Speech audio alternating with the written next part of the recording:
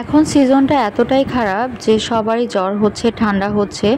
তো এই সিজনে যাদের জ্বর ঠান্ডায় মুখের রুচি একদমই চলে গিয়েছে তারা এরকম করে ভর্তা বানিয়ে খুদের ভাত দিয়ে খেলে আপনাদের মুখের যে রুচিটা চলে গিয়েছে সেটা অবশ্যই ফিরে আসবে। হ্যালো এভরিওয়ান, আসসালামু আলাইকুম। সবাই কেমন আছেন? আশা করছি সবাই ভালো আছেন। আজকে আবার নতুন আরেকটি ভিডিও নিয়ে আপনাদের মাঝে হাজির হয়ে গেলাম। অনেকদিন যাবতই খুদের ভাত দিয়ে ভর্তা খেতে ইচ্ছে করছিল, তাই হচ্ছে আজকে সকালবেলা খুদের ভাত রান্না করেছিলাম আর কয়েক রকমের ভর্তা বানিয়েছিলাম। আর খুদের ভাত দিয়ে হচ্ছে বাদাম ভর্তাটা আমার খুবই প্রিয়। তো প্রথমে হচ্ছে আমি এখানে খুদের ভাতটা রান্না করে নিয়েছি। আর খুদের ভাতটা এক এক এলাকায় এক এক নামে বলা হয়, কেউ বলে বউ ভাত, আবার কেউ এক এক নামে বলে।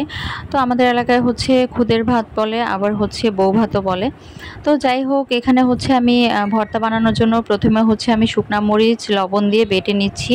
তো যতগুলি ভর্তা বানাবো তার জন্য সবগুলোর মরিচ একসাথে বেটে নিচ্ছি। আর আপনারা মরিচগুলো অবশ্যই চেষ্টা করবেন ভেজে একদম কালো করে ফেলবেন না, একদম হালকা করে তার মধ্যে হালকা একটু গরম করে নেবেন, পোড়া পোড়া করবেন না, তাহলে দেখবেন ভর্তাটা খেতে অনেক বেশি মজা লাগবে।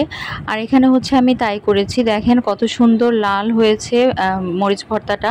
তো তারপর হচ্ছে মরিচ বাটাটাকে বেটে এখানে হচ্ছে আমি পেঁয়াজটা দিয়ে দিলাম। পেঁয়াজের সাথে হচ্ছে মরিচ বাটাটাকে ভালো করে মিশিয়ে নিতে হবে। তারপর হচ্ছে এখানে অল্প পরিমাণে বাদামের জন্য যতটুকু হচ্ছে মরিচ বাটা লাগবে ততটুকু রেখে বাকিটুকু উঠিয়ে রেখেছি।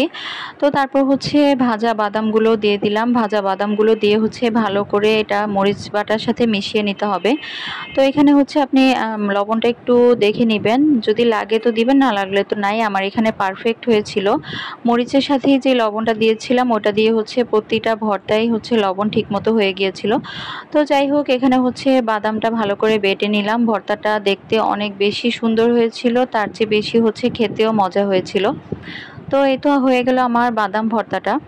তো প্রথমে হচ্ছে বাদাম ভর্তাটা বানিয়ে নিয়েছি, কারণ হচ্ছে বাদাম ভর্তাটা যদি অন্য ভর্তার পরে বানাই তাহলে হচ্ছে এটার কালারটাও আর ঘ্রাণটাও অন্যরকম হয়ে যাবে।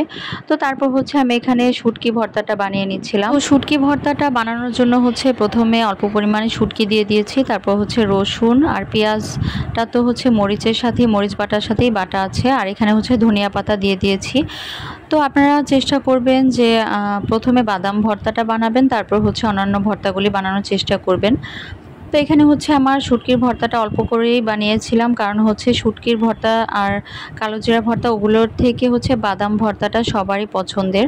আর শুটকির ভর্তাটা হচ্ছে অনেকেই খাবে, অনেকেই খাবে না। তো যাই হোক, এখানে অল্প পরিমাণে হচ্ছে বাদাম আর কালো জিরা ভর্তা বানিয়ে নিয়েছি। তারপর হচ্ছে বাদাম ভর্তা তো দেখতেই পাচ্ছেন অনেকগুলো বানিয়ে নিয়েছি। তারপর এখানে সকাল সকাল হচ্ছে বাদাম ভর্তা দিয়ে আমি খেতে বসে পড়লাম খুদের ভাত দিয়ে। তো আমার ভিডিওটা দেখতে দেখতে যারা ভিডিওর এই পর্যায়ে চলে এসেছেন তারা অবশ্যই আমার চ্যানেলটা সাবস্ক্রাইব করে দিবেন। আর ভিডিওটা যদি ভালো লেগে থাকে প্লিজ একটা লাইক দিয়ে দিবেন। আর আপনাদের একটা লাইক আমাকে অনেক দূর পর্যন্ত এগিয়ে নিতে সাহায্য করবে। তো যাই হোক, তারপর হচ্ছে সকালবেলার খাবার দাবার খেয়ে এখানে হচ্ছে দুপুরের জন্য, আজকে যেহেতু শুক্রবার, দুপুরের জন্য হচ্ছে ফ্রাইড রাইস রান্না করে নিব। তো বাচ্চারা হচ্ছে গতকালকেই বলেছিল যে ফ্রাইড রাইস খাবে আজকে, তো এর জন্য হচ্ছে আজকে ফ্রাইড রাইস রান্না করে নিয়েছিলাম। তো ফ্রাইড রাইস রান্না করার জন্য প্রথমে হচ্ছে আমি চালগুলোকে সেদ্ধ করে নিয়েছি, পানি ঝরিয়ে নিলাম। তারপর এখানে হচ্ছে ডিমটা দিয়ে ডিমটাকে ভালো করে ভেজে উঠিয়ে নিব। আসলে হচ্ছে আমার বাচ্চারা ফ্রাইড রাইসটা খেতে খুব বেশি পছন্দ করে। ফ্রাইড রাইস, তারপর হচ্ছে রোস্ট, মানে মুরগি দিয়ে যে কোনো কিছুই ওদের কাছে খুবই ভালো লাগে। তো আজকে হচ্ছে ফ্রাইড রাইস রান্না করব, আর হচ্ছে এখানে মুরগিটাকে পোড়া পোড়া করে ভেজে নিব। তো এখানে হচ্ছে ফ্রাইড রাইসের জন্য আমি ডিমটা ভেজে তারপর হচ্ছে উঠিয়ে নিয়ে এখানে ওই তেলের মধ্যে হচ্ছে সবজিগুলোকে ভালো করে ভেজে নিতে হবে। তো বাচ্চারা যেটা পছন্দ করে সেটা করারই ট্রাই করি, যেহেতু শুক্রবার দিন একটু স্পেশাল কিছু রান্না করার চেষ্টা করি সাধ্যমতো।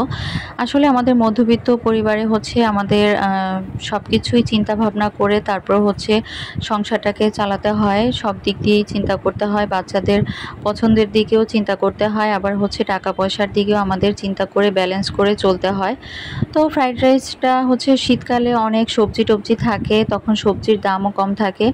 তো অনেক সবজি থাকে তখন খেতেও বেশি ভালো লাগে। আর এই টাইমে তো দেখা যায় গাজরটাই ইউজ করেছি, আর ক্যাপসিকাম, ওগুলো তো প্রাইসটা অনেক বেশি থাকে। আর আমার বাচ্চারা হচ্ছে ক্যাপসিকাম এগুলো খেতেও চায় না, যার কারণে হচ্ছে আমি দেও না। তো যাই হোক, এখানে দেখতে পেলেন যে আমি কিভাবে সিম্পলি ফ্রাইড রাইসটা রান্না করে নিলাম। তো এইভাবে আপনারা বাসায় ট্রাই করতে পারেন, আপনাদের বাচ্চারা অবশ্যই পছন্দ করবে। আর এটা হচ্ছে স্কুলে টিফিনেও দেওয়া যায়। তো তারপর ফ্রাইড রাইসটা রান্না করে এখানে হচ্ছে আমি চিকেনটা ফ্রাই করার জন্য ম্যারিনেট করে নিচ্ছি সব কিছু মশলা টশলা দিয়ে, সয়া সস, তারপর হচ্ছে গোলমরিচ, আদা রসুন বাটা, একটু লেবুর রস, একটু চিনি, একটু টেস্টিং সল্ট, তারপর হচ্ছে একটা ম্যাজিক মশলাও দিয়েছিলাম, ম্যাগি ম্যাজিক মশলাটা। তো এই সব কিছু যা যা লাগে আর কি, সয়া সস ওগুলি দিয়ে ভালো করে মেখে এখানে হচ্ছে আমি চিকেনটাকে পোড়া পোড়া করে ভেজে নিচ্ছিলাম।